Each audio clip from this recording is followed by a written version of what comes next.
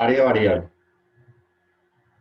Cuando se tiene una geometría diferente a la pared plana, al cilindro o a la esfera, no puede utilizarse la misma ecuación que se utilizaba con alguna de estas geometrías para el cálculo del calor transferido. Debe llegarse a una fórmula diferente como resultado del desarrollo de la geometría con la cual se esté trabajando. Hagamos un ejercicio para la explicación de este tema.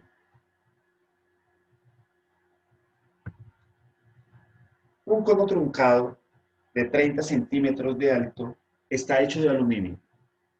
El diámetro de la superficie superior es 7,5 centímetros y el de la inferior es 12,5 centímetros.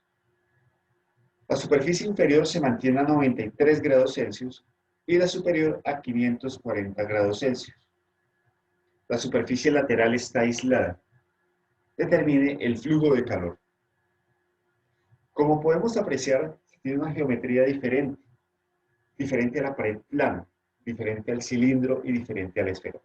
Por lo tanto, no puede utilizarse ninguna de las ecuaciones de estas geometrías. Se tiene un cono truncado, como la figura que se puede apreciar allí. Un cono en donde se tiene la superficie superior a 540 grados Celsius y la superficie inferior a 93 grados Celsius. Eso quiere decir que el flujo de calor va a darse desde arriba hacia abajo en la figura, desde la parte más caliente hacia la parte más fría. La superficie lateral está aislada, de tal forma que no entra ni sale calor por la parte lateral. Eso quiere decir que el flujo de calor es unidimensional en la dirección vertical. Reconocemos la superficie superior como la superficie 1 y la superficie inferior como la superficie 2. La transferencia de calor va a darse por el mecanismo de la conducción. Por eso se recurre a la ley de Fourier, que rige este mecanismo. Q igual a menos K por A por dt de Y. Flujo de calor en la dirección vertical. Para el uso de la ley de Fourier, se requiere la conductividad térmica del aluminio, que puede consultarse en tablas a una temperatura promedio. Esa conductividad térmica es 231,47 watts sobre metros grados Celsius. El área normal al flujo de calor es pi r cuadrado, el área de un círculo que se va haciendo más grande a medida que se desciende en la figura. Eso quiere decir que el radio va creciendo. Ahí tenemos el área variable. Como el radio es variable, la ley de Fourier debe considerarse como una ecuación de variables separables. Se separan los términos en R y se hace la integración. Los límites de integración son la superficie superior, en donde se considera la posición 0, superficie superior que está a una temperatura T1, y la superficie inferior, cuya posición es L, y esa superficie superior está a una temperatura T2. El calor se considera constante y la conductividad térmica se considera constante. Para poder realizar la integración hay que considerar la variación del radio, para lo cual hay que hacer un análisis geométrico en la figura.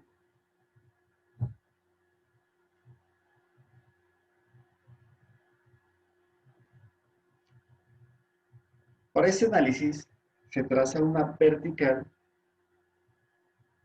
desde la superficie superior, en la circunferencia, hasta la superficie inferior.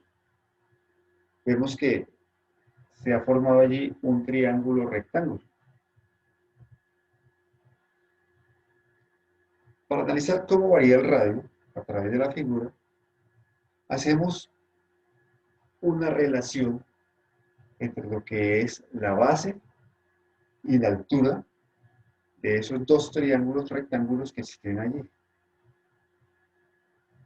El primero desde R1 y R2, el segundo desde R1 hasta un radio cualquiera en la figura.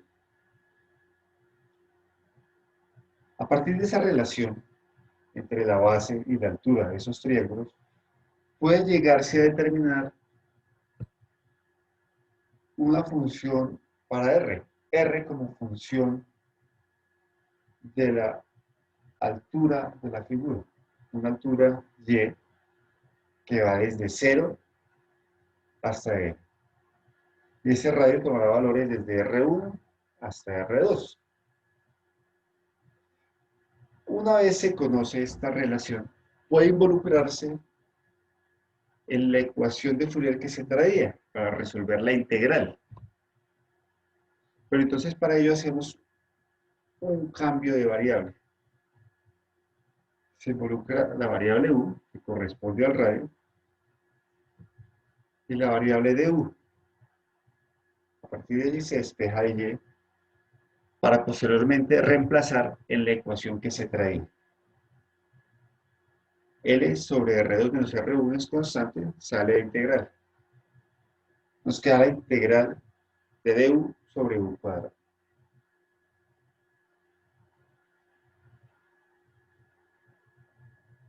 Al resolver esta integral de u sobre u cuadrado y la integral de dt,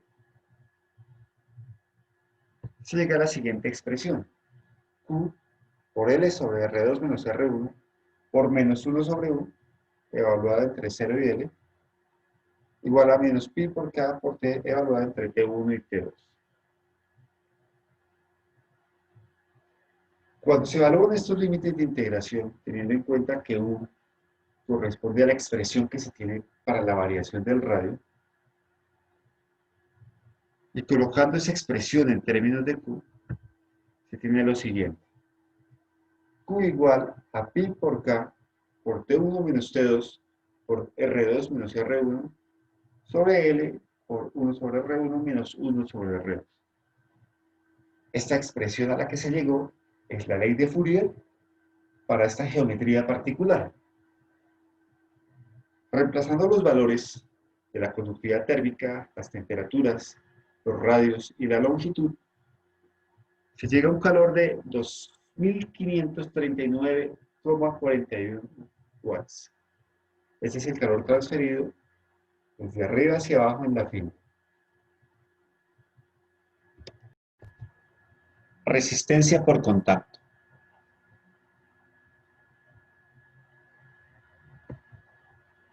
En el análisis de la conducción del calor a través de sólidos de capas múltiples, puede suponerse un contacto perfecto en la interfase de dos capas y como consecuencia ninguna caída de temperatura en dicha interfase.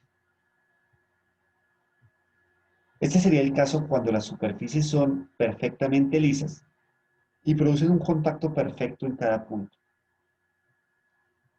En realidad, incluso las superficies planas que aparentemente son lisas a simple vista, resultan estar más bien ásperas cuando se examinan con un microscopio, con numerosos picos y valles. Es decir, una superficie es microscópicamente áspera sin importar cuán lisa parezca estar.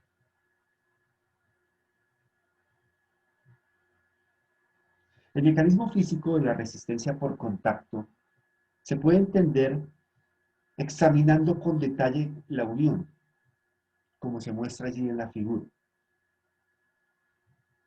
Ninguna superficie real es perfectamente lisa, y se cree que la rugosidad real de la superficie juega un papel fundamental al determinar la resistencia por contacto. Hay dos contribuciones principales a la transferencia de calor en esta unión. Primero, la conducción sólido-sólido en los puntos de contacto. Segundo, la conducción a través de los gases atrapados en los espacios vacíos creados por el contacto. Cuando dos superficies de este tipo se comprimen una contra la otra, los picos forman un buen contacto, pero los valles formarán vacíos con aire generalmente. Como resultado, una interfase contendrá numerosas brechas de aire de tamaños variables que actúan como un aislamiento debido a la baja conductividad térmica del aire. Por lo tanto, una interfase ofrecerá alguna resistencia a la transferencia de calor. Y esta resistencia por unidad de área en la interfase se llama resistencia térmica por contacto. La transferencia de calor a través de la unión puede expresarse de manera análoga a una convección, en donde el delta T interfase es la diferencia efectiva de temperatura en la unión y la cantidad H sub C corresponde al coeficiente de transferencia de calor por convección, y este coeficiente se denomina conductancia térmica por contacto y está relacionado con la resistencia térmica por contacto. Estos valores de H sub C o R sub C pueden encontrarse en tablas, referidos especialmente a superficies metálicas en aire. El valor de la resistencia térmica por contacto puede oscilar en este rango. A partir de este modelo físico, se puede concluir lo siguiente. La resistencia por contacto puede disminuir al aumentar la presión de la unión, ya que esto origina una deformación de los puntos sobresalientes, creando un área de contacto mayor entre los sólidos.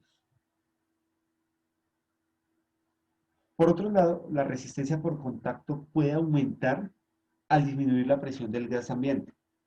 Cuando la presión desciende por debajo del valor para el que el recorrido libre medio de las moléculas es grande, comparado con una dimensión característica del espacio vacío, ya que la conductancia térmica efectiva del gas atrapado disminuirá para esta condición.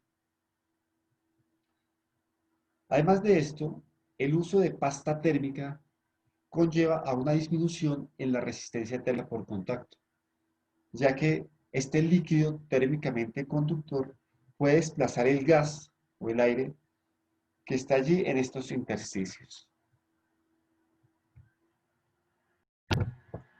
Una manera de expresar la importancia de la resistencia térmica por contacto es mediante el espesor equivalente.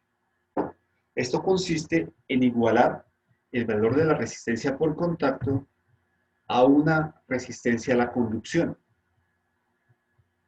A partir de allí puede encontrar un espesor teniendo en cuenta la conductividad térmica de un material conocido, de un material de referencia.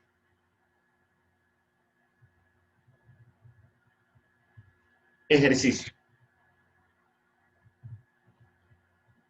Dos placas grandes de aluminio, cuya conductividad térmica es 240 watts sobre metros grados Celsius, cada una de 1 centímetro de espesor, con rugosidad superficial de 10 micrómetros, se colocan en contacto con una presión de 10 a la 5 newtons por metro cuadrado en aire.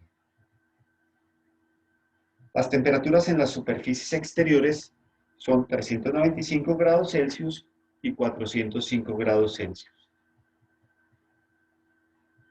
Calcule el flujo de calor y la caída de temperatura debido a la resistencia térmica por contacto. La resistencia térmica por contacto tomada de tablas es 2,75 por 10 a la menos 4 metros cuadrados grados Celsius sobre watts.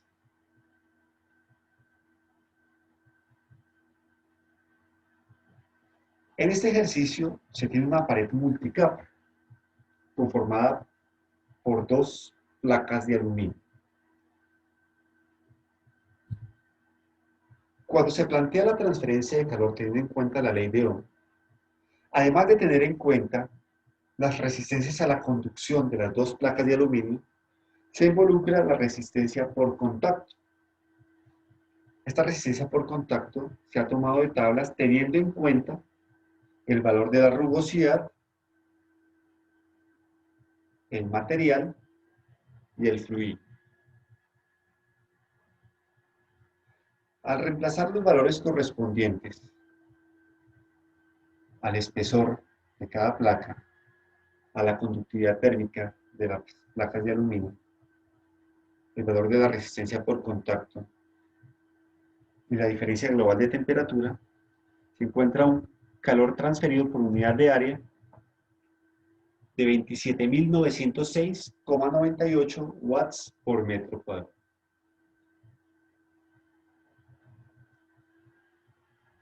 Teniendo en cuenta el estado estacionario de la transferencia de calor, donde el flujo de calor es constante, puede plantearse la ley de Ohm referida únicamente a la interfase.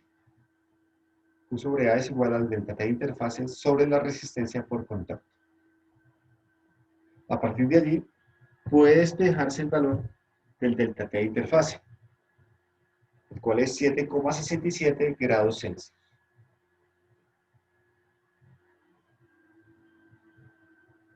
Se puede expresar también la resistencia por contacto como una resistencia a la conducción para encontrar un espesor equivalente, que tomando como referencia el aluminio, esa resistencia por contacto correspondería a tener una placa adicional de aluminio de 6,6 centímetros. A partir de esto se concluye que la resistencia por contacto es significativa.